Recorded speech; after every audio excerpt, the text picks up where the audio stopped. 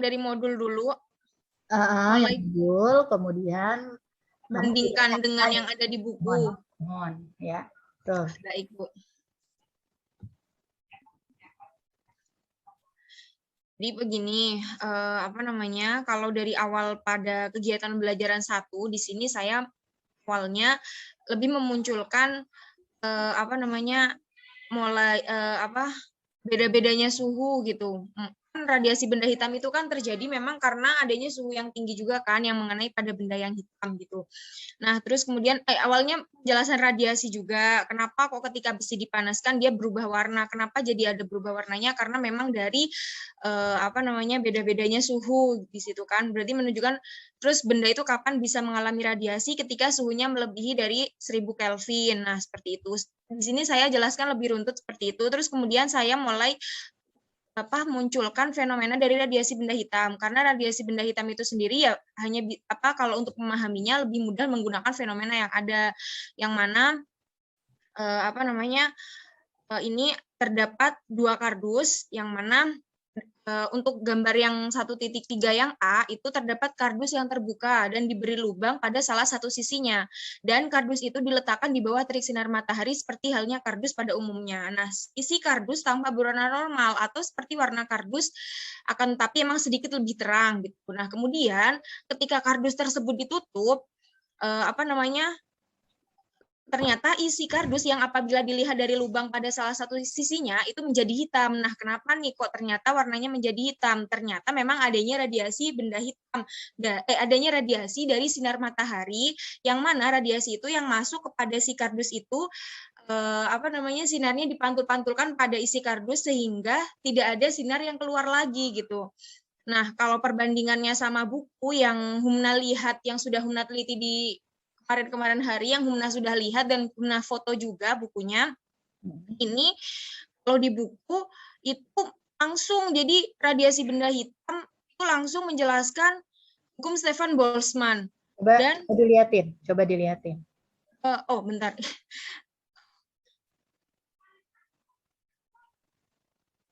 Ini apakah sudah terlihat? Belum jelas nih. Ini awalnya. Awal ketika membahas fisika kuantum. Bu, bentar. Ini gini, konsep dan fenomena kuantum. Ini belum dijelaskan. Bentar, Bu.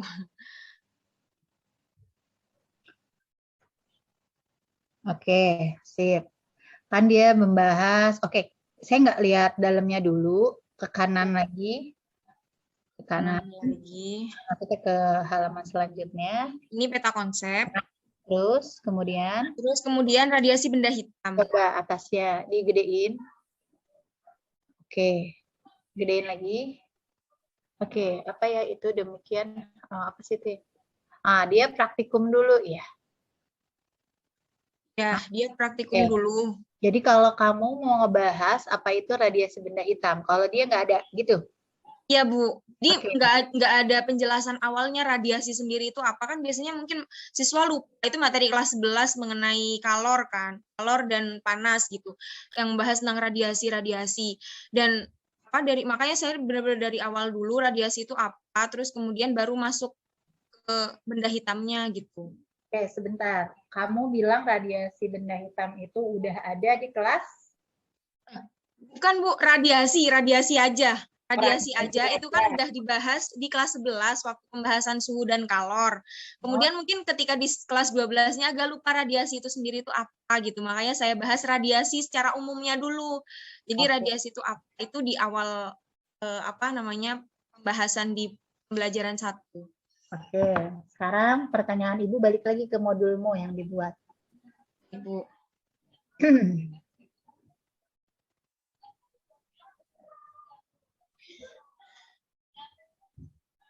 Umna udah ngasih yang representasi itu apa aja belum? Maksudnya gimana, Bu? Yang representasi itu apa aja sebenarnya dari Umna ya, saya cari dulu. Ini belum saya kirim, Bu. Itu bab 2 kan? Belum saya kirim kayaknya. Enggak, yang bab 2-nya belum ada. Maksudnya gini, multi representasi itu kayak gimana gitu. Oh, ini kamu udah ngasih ya? Bentar. Udah ngasih ya? Bentar. Waktu judul sebelumnya kayaknya Bu ya. Hah? Yang waktu judulnya masih judul yang sebelumnya. Kayaknya ini ya, RPP. Kan di RPP-nya ada nih ya. RPP kan kamu buat nih. Iya, Bu.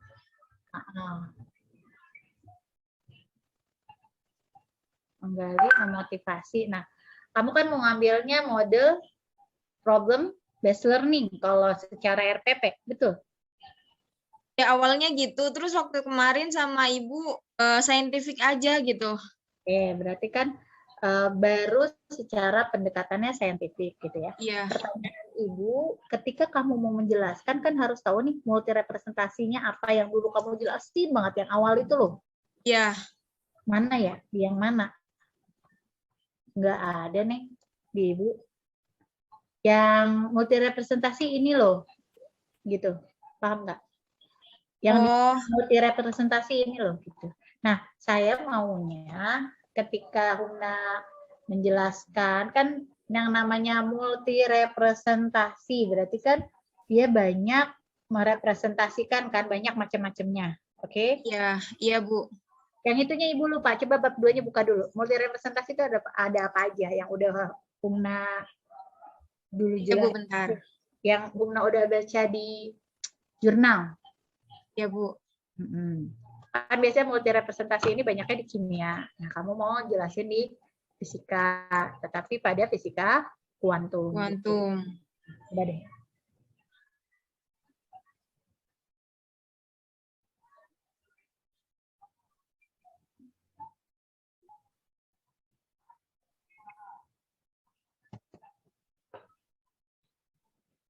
Ibu lupa soalnya yang waktu Pumna menjelaskan multi representasi gitu.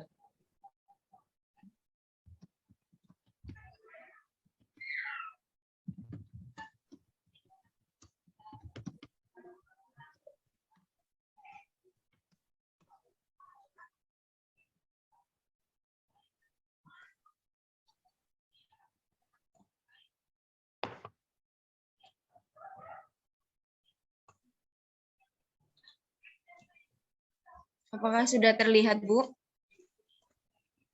Oke. Ada apa aja situ? Jadi pertama ada deskripsi verbal, yang mana penyajian permasalahan fisika dalam bentuk kalimat atau bahasa.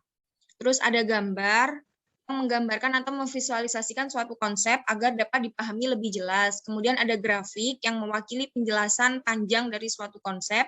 Dan juga ada matematik yang menyelesaikan persoalan dari tipe kuantitatif. Ya.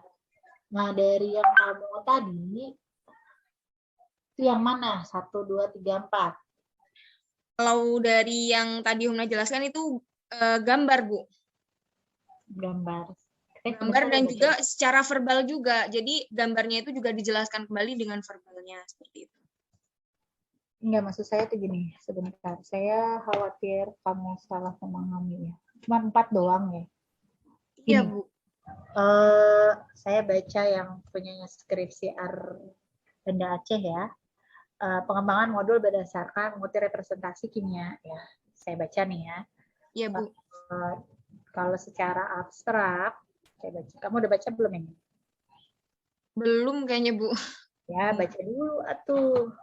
Jadi kan gini, materi ini konsepnya abstrak, sama kayak fisika kuantum ya, yang memerlukan pemahaman pada fenomena makro, submikroskopis, dan simbol dan keterhubungan ketiganya. Ya, perhatikan dulu. Namun, itu kan secara konsep abstrak ya, maksudnya tentang kelarutan garam. Dia kan abstrak dong ya, karena secara fenomena makro susah ketika dia harus garam dimasukkan ke dalam air, itu kan larutan garam. Ya kan? Submikroskopiknya nggak tahu, cuma tahu itu larutan garam aja, simboliknya nggak tahu gitu ya. Namun bahan ajar yang digunakan pada pembelajaran kimia belum sepenuhnya mengembangkan keterhubungan multi representasi baik makroskopis, betul kan? Benar ya? Iya. Submikroskopis dan simbolik gitu ya. Itu ya, benar ya. Iya. Nanti dapatnya setuju dan tidak setuju. Oke, saya mau lihat dulu modulnya itu seperti apa. Kalau saya gitu orangnya khawatir salah, jadi saya baca dulu. Sebentar. Gini Bu, memang yang waktu awal tuh Humna lihatnya di kimia memang seperti itu, ada makro, submikro, dan terhubungan antara semuanya itu. Terus kemudian ketika Humna baca-baca lagi tentang representasi yang fisika, itu ternyata nemu yang ini. Dan Humna ingat waktu sempro dulu, itu tuh waktu sempro Bu Devi itu pernah nanya, lah grafiknya mana, matematiknya mana gitu. Lah Humna bingung. Tapi kan ini multi representasi yang di kimia Bu. Oh, yang di kimia ya, saya kira yang fisika. Jadi waktu itu tuh Bu Devi nanya gitu, terus makanya waktu Muna baca-baca lagi, terus Muna nemu ini, oh apa pakai yang ini gitu. Makanya bingung, ternyata di fisika sama kimia tuh beda, cara sudut pandangnya tuh beda ke representasi ini gitu. Nah, itu dia maksud saya. Multi representasi secara kimia yang udah banyak, itu seperti itu tadi kan? Iya. Simbolik. Nah, yang punyanya Humna, tadi kan jurnalnya siapa? Coba lihat deh, yang dulu banget tuh udah ngejelasin semua. Iya, itu punya ya yang itu deh Bu. Pokoknya kimia apa fisika pertanyaan? Itu kimia, itu kimia. Nah, yang punya siapa? Coba lihat jurnalnya siapa? Oh, bentar Bu. Kalau deskripsi verbal kan seolah-olah ngomong kan. Kemudian dia gambar, kemudian grafik, kemudian matematis. Ya, itu memang udah ada di fisika juga. Gitu loh, bedanya apa sama yang lain. Sebenarnya kan kemarin juga Kak Dery bilangnya apa?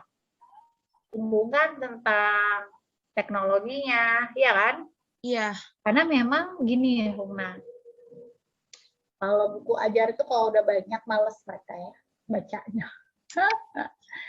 Dan yang ditanya juga kan sebenarnya hitungan doang kalau fisika ya. Betul ya? Iya. Dan itu udah gitu pelajaran kelas 12 lagi. Yang nggak penting-penting amat katanya gitu kan. Iya. Nah, kamu buat beda nih. Kalau semuanya banyak kata-kata, kalau kata saya, bingung amat ya. Maksudnya kayak kalau mau bikin menarik ya bikin komik misalkan gitu. Paham nggak? Oh, iya. Ini mah bukan gituin Humna ya. Maksudnya secara kita sebagai siswa suruh baca ini itu aja susah gitu. Tapi kalau misalkan sesuatu yang baru dari penelitian biasanya kan asik gitu ya. Lebih mungkin seperti infografis yang cuma sedikit tapi ngena gitu kan. Paham nggak? Jadi jangan sampai bukumu tuh ya sama sama buku-buku yang lain gitu loh. Paham nggak Humna? Paham Bu. Itu yang ngebedain antara penelitian bukumu dengan buku yang lain gitu. Dan ini menjadi sesuatu sumber yang nanti kalau baca tuh orang mau baca gitu. Ngerti nggak? Paham. Yang ini apa ini? Ini yang tadi yang sumber yang kimia. Kalau yang fisikanya mana? Kalau yang fisika, bentar Bu. Soalnya saya juga nggak dapet ya multi representasi pada pembelajaran fisika. Coba ya. Adakah?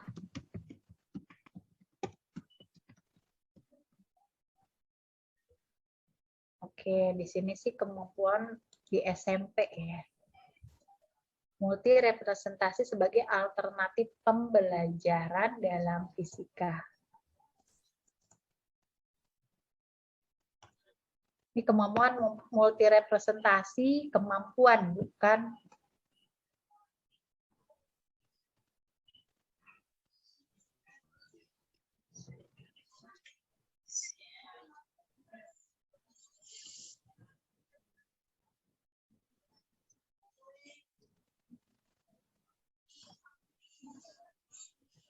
nih coba kita ini ya, kelihatan nggak? Seperti ini. Kemampuan multi representasi. Kalau ini kan kemampuan multi representasi ya. Iya, Bu. Nah, kita lihat dulu fisika pemahaman. Multi representasi adalah merepresentasikan ulang konsep yang sama dengan format yang berbeda, ya, termasuk verbal, gambar, grafik, dan matematik. Yang tadi itu ya? Iya. Nggak tahu nih Waldrip itu siapa ya. Nah, materi pesawat sederhana merupakan salah satu materi fisika yang membutuhkan multirepresentasi dalam pemecahan masalahnya dan memerlukan pengembangan kemampuan multirepresentasi secara verbal dan matematis sehingga siswa tidak dapat dituntut untuk menghafal rumus-rumus fisika gitu ya. Kemudian siswa akan menjadi kesulitan dalam mengerjakan soal fisika pada materi soal sederhana apabila mereka tidak mampu merepresentasikan konsep-konsep tersebut dalam berbagai bentuk. Ya. Multirepresentasi dalam fisika adalah merepresentasikan proses fisika dalam banyak cara yang berbeda, bisa melalui kata, gambar, diagram, grafik, dan persamaan. Soal tentang fisika dianggap sebagai proses fisika. Proses pertama dideskripsikan dengan kata-kata yang merupakan representasi verbal. Ya kan? Kemudian Ya, Bu. sebuah sketsa yang disebut dengan representasi gambar. Jadi kan representasi verbal, kemudian representasi gambar. Tadi kan verbal, gambar, dan diagram, ya kan? Ya. Dan diagram itu representasi fisis, ya kan? Ya. Kemudian matematis. Matematis adalah representasi secara matematis. Nah, jadi kalau saya berpikir, maka di dalam punyanya Humna, keempat itu harus ada. Dan itu bisa Humna kasih kurung. Representasi verbalkah yang Humna berikan, yang mana? Representasi gambar yang mana? Gitu loh, paham nggak? Dari yang sebelumnya ada, gitu kan? Bener? Ya. Coba Ya, Bu. kita bawa dulu ya. Sebentar, kita harus selesai dulu. Kemudian dia dapat metode, kalau ini kan secara survei ya. Iya. Penelitian survei, kemudian, nah dia kan mau tahu nih, penyebab siswa mengalami kesulitan dalam merepresentasikan konsep pesawat sederhana, misalkan soal, gitu kan. Tipe kemampuan, nah ini tipe kemampuan, ya kan. Tipe kemampuan, kalau kamu kan berbasis multi representasi, gitu kan. Ya, Ya Bu. kan kalau kemampuan maka ada tinggi, ada sedang, ada rendah. Tetapi kan representasinya apa sama kan? Iya, sama. Oke. Nah ini nggak ada deskripsi ya, cuma 3 tok. Deskripsi nggak ada ya? Iya. Nah gitu kan. Kemudian dia dapat apa? Ya cuma rata-rata penyajian representasi. Kemudian ini secara verbal, gitu kan? Oh verbal ada tuh. Verbal, gambar, gambar mungkin masuknya ke grafis kali ya. Udah kan gitu doang. Ya nggak? Iya. Dia yang ini. Ya. Multirepresentasi sebagai alternatif pembelajaran dalam fisika ya. Multirepresentasi adalah model yang merepresentasikan ulang konsep yang sama dalam beberapa format yang berbeda. Multirepresentasi dapat membantu pembelajar dalam mempelajari, kan seolah-olah kayak belajarnya Pak Yohanes Surya. Bener nggak? Ketika ada soal-soal, dia bikin gambar, maka dia representasi berupa gambar. Nah, bisa berupa diagram. Nah, gitu loh. Paham nggak? Jadi, paham. Yang dibuat Humna itu multi representasi yang mana gitu ya. Bentar. Jadi kamu harus baca dulu pembelajaran berbasis multi representasi itu kayak apa gitu. Nah, kan ini.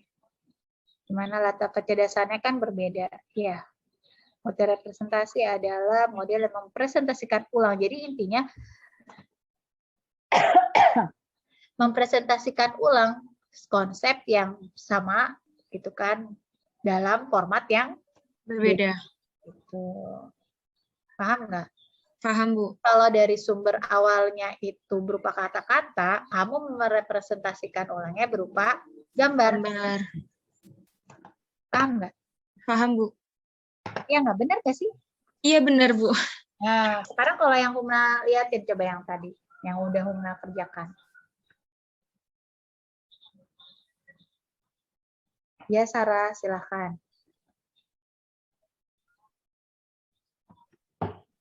Nah, sekarang kayak gini, kan memang di buku, pokoknya kamu bikin buku acuannya yang mana, yang nanti akan dibandingkan, ya.